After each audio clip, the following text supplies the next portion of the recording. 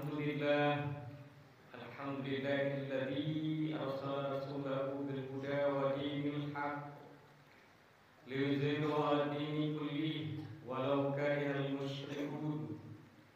Asyhadu an la ilaha illallah wahdahu la syarika lah wa asyhadu anna Muhammadan abduhu wa rasuluh. Allahumma salli wa sallim wa barik ala sayyidina Muhammadin wa ala alihi wa sahbihi ajmain. Qala Allah ta'ala fil Qur'anil Karim, a'udzu billahi minasy syaithanir rajim. Bismillahirrahmanirrahim. Ya ayyuhalladzina amanu taqullaha haqqa tuqatih wa la tamutunna illa wa antum muslimun. Qala Allah ta'ala fil Qur'anil Karim, a'udzu billahi minasy syaithanir rajim. Bismillahirrahmanirrahim. Alam tara kaifa daraballahu mathala kalimatan thayyibatan kasajaratin thayyibatin asluha sabitu wa far'uha fis sama. Shadaqallahul azim. Tidakkah kamu memperhatikan bagaimana Allah telah membuat perumpamaan kalimat yang baik seperti pohon yang baik, akarnya kuat dan cabangnya menjulang ke langit. Maha benar Allah yang maha. Hadirin sidang jamaah salat Jumat rahimakumullah, kembali lafaz keikhlasan, lafaz alhamdulillahirabbil alamin kita aturkan kehadirat Allah Subhanahu wa taala yang memberikan anugerah yang luar biasa kepada kita semua, sehingga Allah memberikan kesehatan, kesempatan, perlindungan kepada kita, sehingga kita mampu melangkahkan kaki, mengayunkan tangan menuju rumah Allah ini melaksanakan salah satu kewajiban kita, yaitu melaksanakan ibadah sholat Jumat. Mudah-mudahan ibadah yang kita laksanakan ini ibadah yang terbaik untuk kita semua. Kemudian kembali kita basahi lisan kita dengan berselawat kepada Rasulullah SAW berupa lafaz Allahumma salli ala Muhammad wa ala ali Muhammad. Assalamualaikum ya Rasulullah.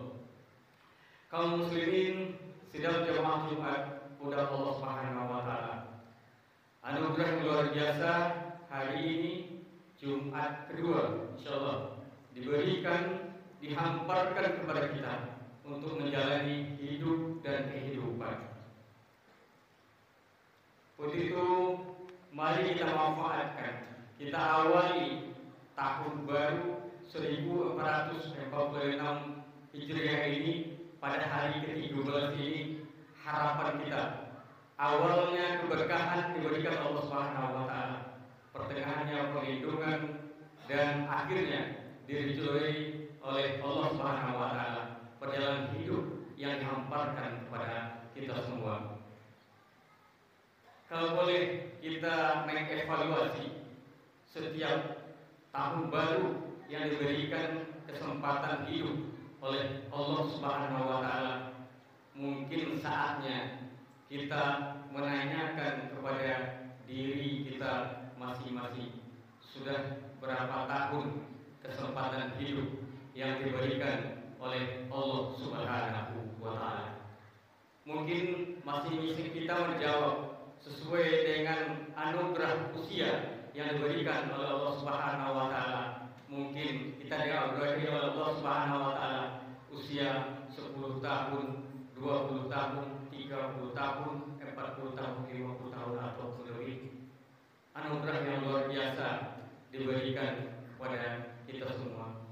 Mungkin perlu menjadi pelajaran bagi kita semua, sebuah kisah inspiratif yang bisa kita lihat, bisa kita baca, bisa kita dengar di media sosial. Bagaimana seorang bocah belia Mu'adz yang diberikan oleh Allah Subhanahu wa taala keterbatasan seorang tunanetra, tapi kekuatan semangat yang luar biasa. Walaupun di tengah keterbatasan yang diberikan oleh Allah Subhanahu wa taala, seorang belia Mu'adz meminta kepada ayahnya untuk diajarkan, untuk diantarkan kepada seorang syekh untuk mempelajari Al-Quran. Sebuah cita-cita yang luar biasa. Jarak rumah dari Mu'adz ke rumah syekh itu lebih kurang 25 km. Beliau tinggal di Mesir, dan semangat yang diberikan oleh seorang anak yang masih belia, yang diberikan keterbatasan, merupakan semangat yang luar biasa oleh orang tuanya untuk mengabulkan anaknya. Didesain kendaraan sepeda motor yang akan mengantarkan anaknya.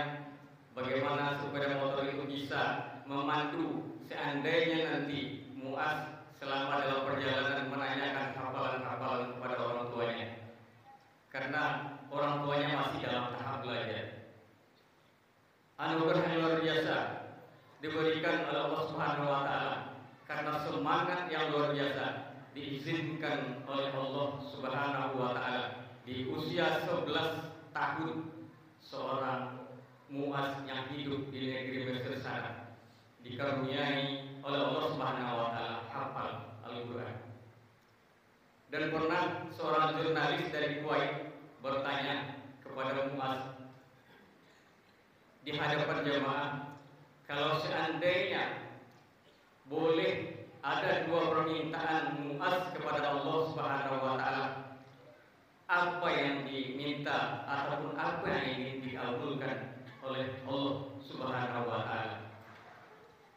Jawaban yang luar biasa dari seorang Mu'adz yang di luar prediksi kita semua. Permintaan dari seorang belia Mu'adz kepada Allah Subhanahu wa taala untuk tidak dimampukan atau diberi kemampuan oleh Allah Subhanahu wa taala untuk melihat dunia ini. Karena Mu'adz beranggapan kalau seandainya mata hamba ini diberi kemampuan melihat oleh Allah Subhanahu wa taala, ada kekhawatiran perjuangan hamba untuk mempelajari, menghafal Al-Qur'an akan putus di tengah jalan. Sebuah permintaan di luar prediksi kita. Kita yang punya kemampuan normal mungkin kalau seandainya diberi kesempatan, kalau kondisi kita sama dengan Mu'adz, pasti kita ingin diminta kepada Allah Subhanahu wa taala diberi kemampuan untuk melihat dunia yang fana. Kemudian permintaan kedua dari Mu'adz, seandainya bisa dikabulkan oleh Allah Subhanahu wa taala, Mu'adz ingin mempersembahkan ilmu Al-Quran ini nanti di yaumil akhir sebagai persembahan yang terbaik kepada Allah Subhanahu wa taala. Karena Mu'adz yakin nanti di yaumil akhir ayahnya yang senantiasa menuntun, ibunya yang senantiasa menuntun di dunia ini tidaklah lagi akan menuntun di akhirat. Jawaban yang luar biasa. Mungkin pelajaran bagi kita semua. Pelajaran inspiratif yang diberikan oleh seorang bocah belia Mu'adz tadi kepada diri kita sendiri. Mungkin kalau ada momentum setiap kesempatan hidup yang diberikan oleh Allah Subhanahu wa taala, jawaban yang akan kita berikan berapa usia yang telah diberikan oleh Allah Subhanahu wa taala, hakikatnya kita harus mengingat sudah berapa usia yang telah dimanfaatkan di jalan Allah Subhanahu wa taala. Anggota tubuh kita, panca indera kita, raga kita yang sempurna diberikan Allah Subhanahu wa taala, sudah berapa tahun dimanfaatkan sesuai dengan koridor yang telah ditentukan oleh Al-Quran dan Sunnah Rasulullah SAW. Muara akhirnya, hadirin sekalian jemaah undangan Allah Subhanahu wa taala, kita ingin menjadi insan yang bermanfaat di dunia ini. Keberadaan kita berharap sekali bisa memberikan pengaruh positif kepada orang lain.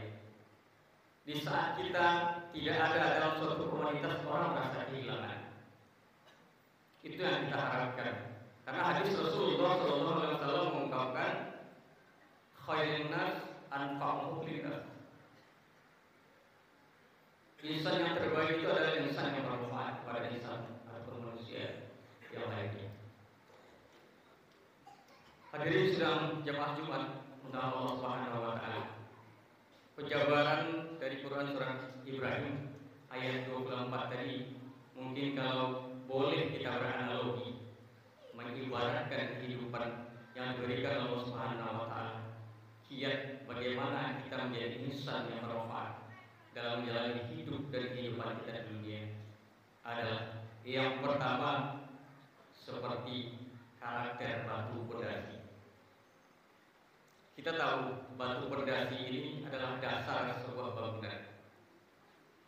Mustahil sebuah bangunan yang megah, indah kalau tidak punya dasar atau pondasi yang kuat, nilainya akan tidak ada sama sekali. Tapi batu pondasi tidak pernah ingin menonjolkan diri. Pelajaran dapat kita ambil adalah bahwa dalam menjalani hidup dan kehidupan kita selama di dunia dihamparkan Allah Subhanahu wa taala seluas-luasnya kepada kita. Memang nilai keikhlasan dalam melaksanakan ibadah Allah Subhanahu wa taala ini sangat diperlukan.